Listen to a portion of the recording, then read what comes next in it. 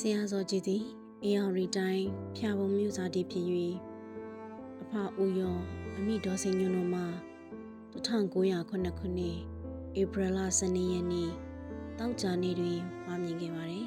။ဝေချင်း9ယောက်အနက်အကြီးဆုံးသားလည်းဖြစ်ပါတယ်။အမည်အရင်းမှာဦးသိဟန်ဖြစ်ပြီးဆရာစောကြည်သည်ငယ်စဉ်ကလေးက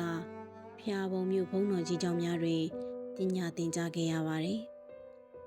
ဆရာစောကြည်တို့အိမ်တွင်လူကြီးအများစုစုဝေးကစာကျောင်းပေကျောင်းများပြောကြသောကြောင့်ဆရာစောကြည်သည်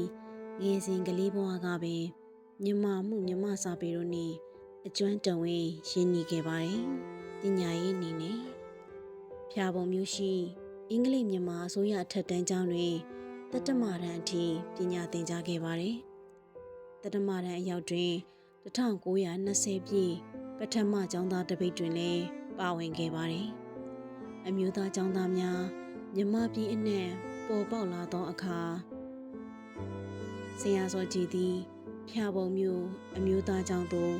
ပြောင်းရွှေ့၍ပညာစီးပူးခဲ့ပါတယ်။ရန်ကုန်မြို့မှထက်တန်းကျောင်းသို့ပြောင်း၍လည်း17အဆင့်အောင်သည့်အထိ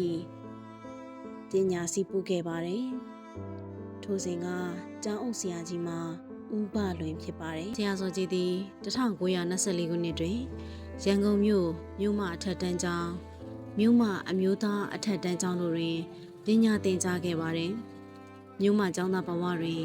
ကဗျာများကိုစတင်ရေးသားခဲ့ပါတယ်။1924ခုနှစ်တွင်စာကြည်အေးမောင်ကြီး၏သစ္စာဝါဒီသတင်းစာကကြီးမှုပြီးကဗျာဘာသာပြန်ပြိုင်ပွဲကိုကျင်းပပေးခဲ့ပါတယ်။မြန်မာဘာသာသို့ပြန်ဆိုရမည့်ကဗျာမှာအင်္ဂလိပ်ကဗျာဆရာ Henry Wotton ၏ The Character of a Happy Life အမည်ရှိတဲ့ကဗျာဖြစ်ပါတယ်။ဆရာစောကြည်သည်ကဗျာပြိုင်ပွဲတွင်ဝင်ရောက်ရှင်ပြိုင်ရာပထမဆုံးရရှိခဲ့ပါတယ်။စာကြည်အေးမောင်ကြီးကရွှေတွင်းငါးပြားဆုချခဲ့ပါတယ်။1925ခုနှစ်တွင်ဆရာစောကြည်သည်ရန်ကုန်တက္ကသိုလ်တွင်တက်ရောက်ပညာသင်ကြားခဲ့ပါတယ်။တက္ကသိုလ်သို့ရောက်သောအခါရှေးဟောင်းမြန်မာစာပေကိုစနစ်တကျလေ့လာခွင့်ရခဲ့တဲ့ကဲ့သို့တစ်ဖက်တွင်လည်းကမ္ဘာစာပေများကိုကြေကြေပြန့်ပြန့်လိုက်စားနိုင်ခဲ့ပါတယ်။အင်္ဂလိပ်ကဗျာများကိုဖတ်ပြီးကဗျာအသစ်ကို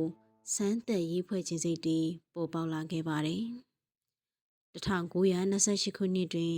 ဆရာစောကြည်သည်သူ၏နာမည်ကျော်ဗတောက်ပန်းကဗျာကိုရေးဖွဲ့ခဲ့ပါတယ်ရှင်။